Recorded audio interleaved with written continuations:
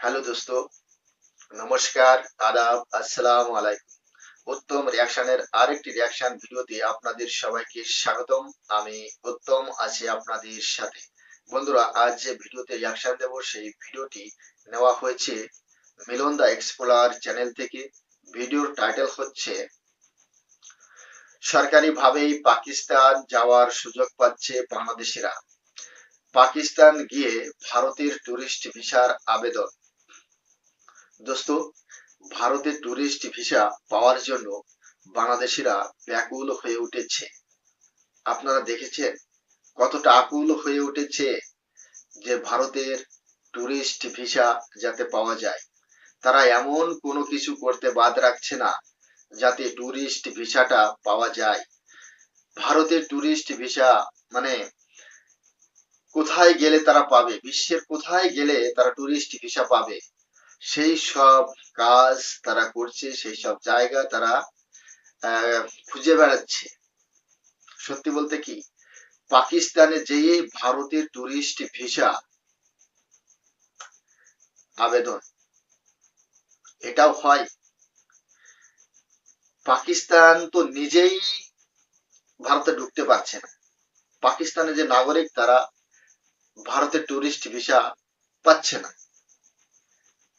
তাহলে বাংলাদেশিরা কেনই বা সেই পাকিস্তানে যেয়ে ভারতের ট্যুরিস্ট ভিসার আবেদন করতে চায়? আপনারা জানেন যে বাংলাদেশের নাগরিক বিশ্বের যে যেখানেই আছে না কেন, কাউকেই ভারতের ট্যুরিস্ট ভিসা দেওয়া যাবে না। এটাই গভর্নমেন্টের রুল। তো বন্ধুরা, আমরা জানতে পারবো বাংলাদেশের মানুষ কোন কোন দেশ থেকে ভারতের ট্যুরিস্ট ভিসার আবেদন করতে চাইছে এবং করেছে তার সম্পর্কে।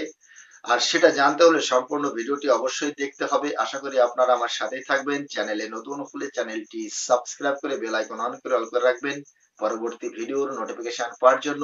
অলরেডি যেসব বন্ধুরা চ্যানেলটি সাবস্ক্রাইব করে আমার ইউটিউব পরিবারের সদস্য হয়েছেন তাদেরকে জানাই অসংখ্য ধন্যবাদ। ভিডিওটা ভালো লাগলে একটা লাইক করবেন, শেয়ার করে আপনার বন্ধুদের দেখার সুযোগ করে দিতে পারেন। কমেন্ট সেকশন লিখে অবশ্যই জানাতে পারেন আপনারা কোন ধরনের ভিডিওতে রিয়াকশন চান। আমি চেষ্টা করব সেই সব ভিডিও নিয়ে আসার জন্য। তাহলে চলুন বন্ধুরা, সময় নষ্ট না করে প্রথমে ভিডিওটা দেখি। ভিডিও শেষে আমার ব্যাখ্যা অবশ্যই থাকবে। অরিজিনাল ভিডিও লিংক আমার ডেসক্রিপশনে মেনশন করা থাকবে। আপনারা চাইলে চ্যানেলটি ভিজিট করতে পারেন, চ্যানেলের ভিডিওগুলো অবশ্যই দেখতে পারেন।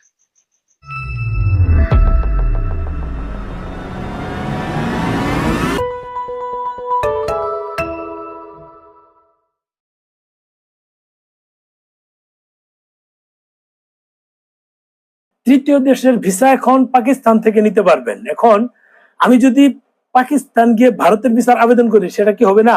সেটা তো তৃতীয় দেশ হিসেবেই যাচ্ছে। অথবা ভিয়েতনাম গিয়ে যদি ভারতের ভিসার আবেদন করি সেটা কি হবে না? ভাই, এটা আমার কথা না, একটা ইন্ডিপেন্ডেন্ট টেলিভিশনের নিউজ এসেছে, সেখানে একজন কমেন্টস করেছে। নিউজটা হলো তৃতীয় দেশের ভিসা নেওয়া যাবে ভিয়েতনাম ও পাকিস্তান থেকে নেওয়া যাবে। এখানে এক ভাই কমেন্টস করলো যে পাকিস্তান গিয়ে ইন্ডিয়ার ভিসা অ্যাপ্লিকেশন করা যাবে কিনা, সেক্ষেত্রে ভিসা পাওয়ার সম্ভাবনা কতটুকু।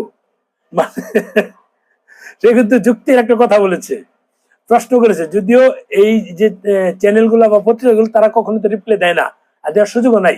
লক্ষ লক্ষ কমেন্টস, এটা তো পারবে না। আমরা যারা ইউটিউবিং করি বা ফেসবুকিং করি, আমরাই কেবল এই তথ্য দেওয়ার পর কিছু রিপ্লাই দেই, আর কেউ কিন্তু সেটা করা সম্ভব না। তো বুঝছেন? এখন তৃতীয় দেশ যেহেতু ভারত তৃতীয় দেশ, আমরা পাকিস্তানকে ভারতের আবেদন করতে পারবো কিনা, বিষয়টা এরকম আমার কাছে হাস্যকর মনে হলো। কিন্তু তারপরেও সেটা বললাম এই কারণে যে মানুষের মাথায় কত তীক্ষ্ণ বুদ্ধি থাকে, অবাক হয়ে যায় তাদের কথাবার্তা শুনে। ভারত ভারতের ভিসা পাকিস্তান গিয়ে নিবেন সেটা পসিবল না, কারণ হচ্ছে বাংলাদেশিদের ভিসাই তো দিচ্ছে না টুরিস্ট। এক, কারণ আমি থাইল্যান্ডে ট্রাই করেছি, কাউকে দিয়ে মালয়েশিয়া ট্রাই করেছি, বাংলাদেশি যারা আছে কেউ কিন্তু পাইনি। যেহেতু পাইনি সেহেতু আপনার এটাও আশা করেন 100% শিওর আপনাকে টুরিস্ট ভিসা দিবে না। অন্য ভিসা তো এখান থেকেই দিচ্ছে। এখন এখান থেকে কিন্তু বিজনেস ভিসাও দিচ্ছে, মেডিকেল ভিসাও দিচ্ছে, এন্ট্রি ভিসাও দিচ্ছে, স্টুডেন্ট ভিসাও দিচ্ছে, ট্রানজিট ভিসাও দিচ্ছে, আর মানে কনফারেন্স বা অন্য যদি কোনো ভিসা থাকে সেটাও দিচ্ছে। শুধু ট্যুরিস্ট ভিসাটা আবার, বিজনেস ভিসা কাকে দিচ্ছে? আমি যে ব্যবসায়ী আমাকে দিবে না, আমি তো ছোট ব্যবসায়ী, অল্প কিছু পাত্র আমদানির সাথে যুক্ত। কিন্তু যাদের বড় বিজনেস, যেমন ইফাদ গ্রুপ আছে, আমার সামনে ইফাদ গ্রুপের একজন কিন্তু ভিসা নিল, মানে হয়েছে তাদের ভিসা এরকম। আর পাকিস্তান, ভারতের সাথে যেহেতু পাকিস্তানের সম্পর্ক খারাপ, সেক্ষেত্রে আপনি কোনোভাবেই পাকিস্তান থেকে এটা তো কল্পনাই করতে পারেন না। আর আমার মূল সাবজেক্টটা হচ্ছে, যেটা নিয়ে কথা বলা, সেটা হলো যে তৃতীয় দেশে গিয়ে যদি আমি এই এম্বাসি ফেস করার জন্য যাই, যেমন এখানে সম্ভবত পোল্যান্ডের না কিসের কথা বলেছে সংবাদটা, একটু দেখবো দাঁড়ান, একটা মিনিট আমি একটু দেখি যে কোন দেশের ভিসার কথা তারা বলেছে। ঠিক আছে, কোন দেশের ভিসার কথা বলেছে সেটাই আমি একটু দেখছি, একটু দাঁড়ান। এখানে তৃতীয় দেশের ক্ষেত্রে এটা হলো পররাষ্ট্র মন্ত্রণালয়ের মুখপাত্র তৌফিক হাসান বৃহস্পতিবার এক ব্রিফিং এ পররাষ্ট্র মন্ত্রণালয়ের মুখপাত্র এই তথ্য জানান। পররাষ্ট্র মন্ত্রণালয়ের মুখপাত্র বলেন, ভারতের ভিসা না পাওয়ায় তৃতীয় দেশের ভিসা প্রার্থীরা দিল্লির পরিবর্তে ভিয়েতনাম এবং পাকিস্তান গিয়ে এটা আবেদন করতে পারেন। মানে সম্ভবত বুলগেরিয়ার, হ্যাঁ বুলগেরিয়ার বিভিন্ন বিশ্ববিদ্যালয়ে পড়তে যাওয়া বাংলাদেশিদের, বুলগেরিয়া আসলে বুলগেরিয়া এমন কোনো উন্নত দেশ না যেখানে গিয়ে আপনি স্টুডেন্ট হিসেবে গিয়ে পড়াশোনা করবেন। এটা তো জাস্ট বাংলাদেশ থেকে ইউরোপের মাটিতে পাড়া দেওয়া, পা রাখা একটা অপশন, একটা কৌশল, একটা মাধ্যম। আপনি যে ইউরোপে ঢুকবেন সেটা একটা মাধ্যম। এই হচ্ছে বুলগেরিয়া, সুলগেরিয়া এগুলো তো আসলে দেশের মধ্যে পড়ে না।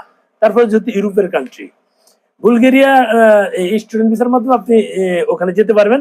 এখন বিষয় হচ্ছে যে বুলগেরিয়ার ভিসা আমি নিলাম, ভিসা নিয়ে ভিসার জন্য এম্বাসি ফেস করতে যাব ভিয়েতনাম। আপনি ভিয়েতনাম ভাবুন, ভিয়েতনাম কিন্তু সোজা কথা আপনার 60 থেকে 70 হাজার টাকা ই লাগবে, টিকিট লাগবে। আর এখন যেহেতু লোকজন বেশি যাবে, কানেক্টিং ফ্লাইট, সরাসরি ফ্লাইট নেই, আমি অনেক টিকিট কাটি তো সরাসরি ফ্লাইট, মানে আপনার ওখানে যেতে সময় লাগবে দীর্ঘ সময়। কলকাতা, দিল্লি অথবা মুম্বাই অথবা আপনার এই কুয়ালালামপুর অথবা অনেক সময় সিঙ্গাপুর, অনেক সময় কুনমিং, অনেক সময় গুয়াংজু, এইসব জায়গায় কিন্তু কানেক্টিং হয়।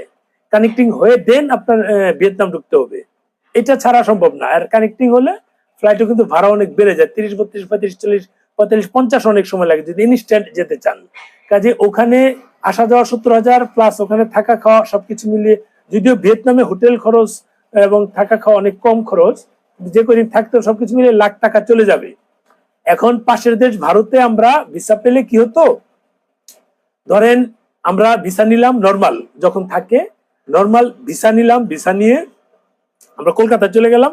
কলকাতা থেকে দিল্লি, যেমন আজকে আমি আমার ছোট ভাই কাটলো কলকাতা থেকে দিল্লির নেতাজি এক্সপ্রেস ট্রেনে রাত 9টা 50 সম্ভবত ছাড়ে, পরের দিন রাত 9টায় নামাই দিবে, এই 24-25 ঘন্টা লাগে দিল্লিতে। তিনি এম্বাসি ফেস করার জন্য যাবেন, উনি এম্বাসি ফেস করার জন্য যাবেন। যেমন অনেকে রাজধানীর টিকিট কেটে দেয়, বিকেল 4টা 50 ছাড়ে, পরের দিন সকাল 11টা 11:30-র মধ্যেই নামিয়ে দেয় দিল্লিতে। ওনারা ওদিন স্টে করে তারপরের দিন কিন্তু খুব অনায়াসেই চলে যেতে পারে এই এম্বাসি ফেস করার জন্য। একদিন স্টেও করলো, রেস্টও নিল। এটা কিন্তু যদি রাজধানীতে কাটি তাহলে 4,800 টাকা লাগে, আর যদি ফরেন কোর্টে নিই তাহলে 6,100 বা 6,000 টাকা লাগে। বেশি টিকিট করলে একটু খরচ কম হয়। এখন এই টাকায় আমি দিল্লি চলে যাচ্ছি, ঢাকা থেকে কলকাতা 2,000 টাকা, ট্রাভেল ট্যাক্স 1,000, এসব মিলে 3,000, ধরলাম 4,000, আর ওখানে 5,000, 9,000 টাকায় আমি দিল্লি চলে যাচ্ছি। খাওয়া দাওয়া মিলে আর ধরলাম 4-5,000, 15,000 বা 6,000 বা 20,000। 20,000-এর জায়গায় আমাদের 1 লক্ষ টাকা চলে যাচ্ছে। 1 লক্ষ টাকা খরচ করে কিন্তু আমাদের ভিয়েতনামের ভিসা নিতে হচ্ছে। আর যদি যাদের পাকিস্তান যাওয়া ইচ্ছে আছে তারা কিন্তু এই সুযোগটা কাজে লাগাতে পারেন। যাদের পাকিস্তান যাওয়ার ইচ্ছে আছে তারা সুযোগটা কাজে লাগাতে পারেন। একবার আপনার রদ দেখা কলা বেচা দুটোই হয়ে গেল। যেমন আপনি যদি যান ওখানে এম্বাসি ফেস, বুলগেরিয়ার এম্বাসি যেহেতু পাকিস্তানে আছে, এম্বাসি ফেস করলেন, সাথে এম্বাসি ফেস করার পর আপনি কিন্তু চাইলে 5-7 দিন বা 10 দিন পাকিস্তানে অনেক সুন্দর সুন্দর জায়গা আছে, সেগুলো কিন্তু দেখে আসতে পারেন, অনায়াসে দেখে আসতে পারেন। আপনি গেলে যে শুধু এম্বাসি ফেস করতে দিয়ে অন্য জায়গায় যেতে দিবেন না সেটা না, আপনি কিন্তু চাইলেই যেতে পারবেন। আর বাংলাদেশ থেকে পাকিস্তানে গেলে নিশ্চয়ই তারা আমাদেরকে সাদরে গ্রহণ করবে, সেটা কিন্তু বিরূপ প্রতিক্রিয়া তৈরি করবে না। আমি পাকিস্তানের রাজনৈতিক দিক দিয়ে আলাদা, রাজনৈতিক হিসাবে এখানে আনবেন না। সাধারণ যে জনগণ আছে তারা কিন্তু মানে বাংলাদেশিদের যথেষ্ট রেসপেক্ট করে। শুধু পাকিস্তান কেন, ভারতের ফেসবুকে কিছু লোক বাদ দিয়ে বাকিরাও কিন্তু আমাদের বাংলাদেশিদের যথেষ্ট রেসপেক্ট করে। আমি তো কাশ্মীর গেলাম, আমি তো এই রাজস্থান, গুজরাট বা দিল্লি বা অন্য অন্য জায়গায়, যেমন আমি মাঝকে 2017 সালে যখন এই জলপাইগুড়ি জেলায় যায় 10 বা 14 দিন ছিলাম, বিভিন্ন জায়গায় ঘুরি, যখন বাংলাদেশের কথা শুনলো সেভাবে গ্রহণ করে। ওয়েস্ট বেঙ্গলের অনেক জায়গায় গিয়েছি, সেভাবে গ্রহণ করে। কাজে আমরা যখন অন্য দেশে যাই আমরা অতিথি হই, আমাদের সাথে বাজে ব্যবহার করার প্রশ্নই আসে না। যদি কেউ বাজে ব্যবহার করে সেটা হচ্ছে মানে বললাম তো, ফেসবুককে যারা মাতিয়ে তুলে, ফেসবুক যারা গরম করে রাখে তারাই। আমাদের দেশে কিছু ফেসবুক মানে ইউজার আছে, তারা গরম করে রাখে, পাকিস্তান পাকিস্তান করে, ভারত বিরোধিতা করে, আবার কিছু আছে ভারত ভারত করে পাকিস্তান বিরোধিতা করে। আসলে মানে এগুলো গরম করার কিচ্ছু নাই। গরম না করে আমরা যারা টুরিস্ট, আমরা যখন যেখানে সুযোগ পাবো আমরা কিন্তু সেখানেই যাবো। মানে ভারত সুযোগ পাচ্ছে ভারত যাচ্ছে, পাকিস্তান সুযোগ পেলে পাকিস্তান যাবো। কিন্তু পাকিস্তান গেলে আমি যেটা জানি অনেক দেশেরই ভিসা দিতে প্রবলেম হয়, ভারতের ভিসা দিতে প্রবলেম হয়, এটা কিন্তু মাথায় রাখবেন। কাজে আমি পাকিস্তান যাচ্ছি না, এটা মোটামুটি কনফার্ম, কারণ আমার ভারতে যেতে হবে রেগুলার। পাকিস্তান যাব আমি 1 লক্ষ টাকা খরচ করে, পাকিস্তান ইম্পসিবল। আমি 1 লক্ষ টাকা খরচ করে ভারত 10 বার যাব, তাহলে একবার গিয়ে আমার সারা জীবনের ট্যুর শেষ করে দিব, সেটা আমি কখনোই করবো না। মানুষ কিন্তু সবসময় নিজেরটা খেয়াল করে, নিজেরটা ফলো করে, নিজেরটা গুরুত্ব দেয়, নিজের স্বার্থটাই বুঝে। আমি আমার স্বার্থ বুঝি, আপনি আপনারটা বুঝবেন, এটা আপনার বিষয়। আপনার যদি পাকিস্তান যেতে হয় যাবেন, কোনো অসুবিধা নেই, কেউ নিষেধ করেনি।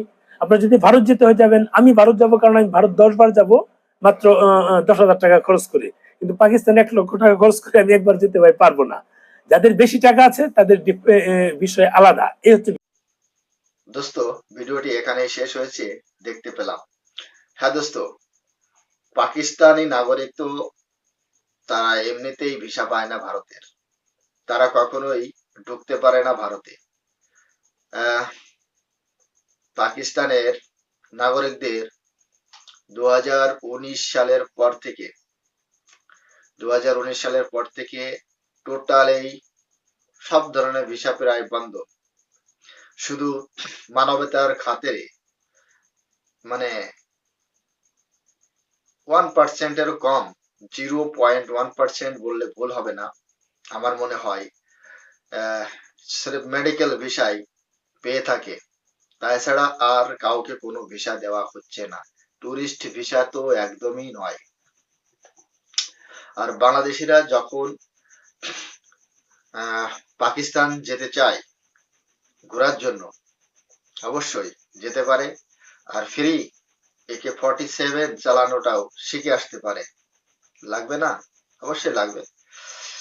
আর যেসব ব্যক্তি বাংলাদেশ থেকে পাকিস্তানে যাবে, আর সেই পাসপোর্ট নিয়ে যদি কোনোদিন ভারতীয় হাই কমিশনের সামনে যায়,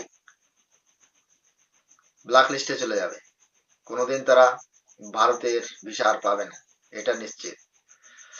আর বাংলাদেশের মানুষ, বাংলাদেশের নাগরিকরা ভীষণ ব্যাকুল হয়ে উঠেছে, আকুল হয়ে উঠেছে, কবে নাকি ভারতের টুরিস্ট ভিসা পাবে। টুরিস্ট ভিসা যতদিন তোমাদের এই রাজাকার উগ্রপন্থী, যতদিন তোমাদের এই সুদখোর ইউনূস, যতদিন তোমাদের মস্তিষ্কে ভারত বিরোধী, ভারত বিদ্বেষপনা থাকবে, ততদিন তোমাদেরকে টুরিস্ট ভিসা দেওয়া হবে না। সবে তো মাত্র শুরু। তোমরা ভাবছো যে তোমরা বেঁচে যাওয়া, অত সহজ নয়।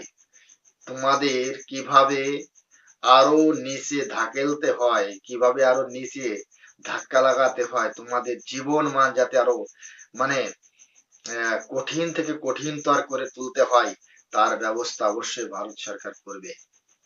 কিভাবে করবে সেটাও আমি আপনাদের বলছি, দেখতে পাবেন আগামী দিনে। সবেমাত্র বিদ্যুৎ বন্ধ করেছে, আর এরপর বাণিজ্য বন্ধ করে দেবে, ভারত থেকে কোনো কিছু যাবে না বাংলাদেশে। এখন তো যাচ্ছে কম বেশি, আগামী দিনে যাবে না, তার কারণ ভারত যখনই বাংলাদেশের অল্টারনেট মার্কেট পেয়ে যাবে, তখন আর ভারত বাংলাদেশে কোনো মাল রপ্তানি করবে না। ভারতের যে র ম্যাটেরিয়াল নিয়ে বাংলাদেশের গার্মেন্টস এর এত দম দেখায় বিশ্বে, সেটাও বন্ধ হবে। আর আহ, বাংলাদেশের যে সমস্ত বিজনেস, সেগুলো ভারত ধ্বংস করে দেবে। তোমাদের সাথে যুদ্ধ করে তোমাদেরকে মারবো না, তোমাদেরকে ভাতে মারবো, হাতে নয় ভাতে, এটাই সত্য কথা। তো বন্ধুরা, দেখলেন যে কোথায় কোথায় যে এম্বাসি ফেস করতে হচ্ছে বাংলাদেশের স্টুডেন্টদের। তবে আমাদের ভারতেও তো দিচ্ছে স্টুডেন্ট স্টুডেন্ট ভিসা, যারা বিদেশে পড়ার জন্য এম্বাসি ফেস করতে আসবে তাদেরকেও দিচ্ছে, মেডিকেল ভিসা দিচ্ছে, বিজনেস ভিসা দিচ্ছে, আহ, সব ধরনের ভিসা দিচ্ছে, শুধু ওই ট্যুরিস্ট ভিসাটা বন্ধ। তো বন্ধুরা, আজকের ভিডিও সম্পর্কে আপনাদের কি মতামত সেটা কমেন্ট সেকশনে লিখে অবশ্যই জানাতে পারেন। আর চ্যানেলে নতুন হলে চ্যানেলটি সাবস্ক্রাইব করে বেল আইকন অন করে অল করে রাখতে পারেন পরবর্তী ভিডিওর নোটিফিকেশন পাওয়ার জন্য। অলরেডি যেসব বন্ধুরা চ্যানেলটি সাবস্ক্রাইব করে আমার ইউটিউব পরিবারের সদস্য হয়েছেন তাদের প্রতি রইল অসংখ্য ধন্যবাদ। সবাই ভালো থাকবেন, সুস্থ থাকবেন, দেখা হচ্ছে নেক্সট রিয়াকশন ভিডিওতে। ততক্ষণ সবাইকে নমস্কার, জয় হিন্দ।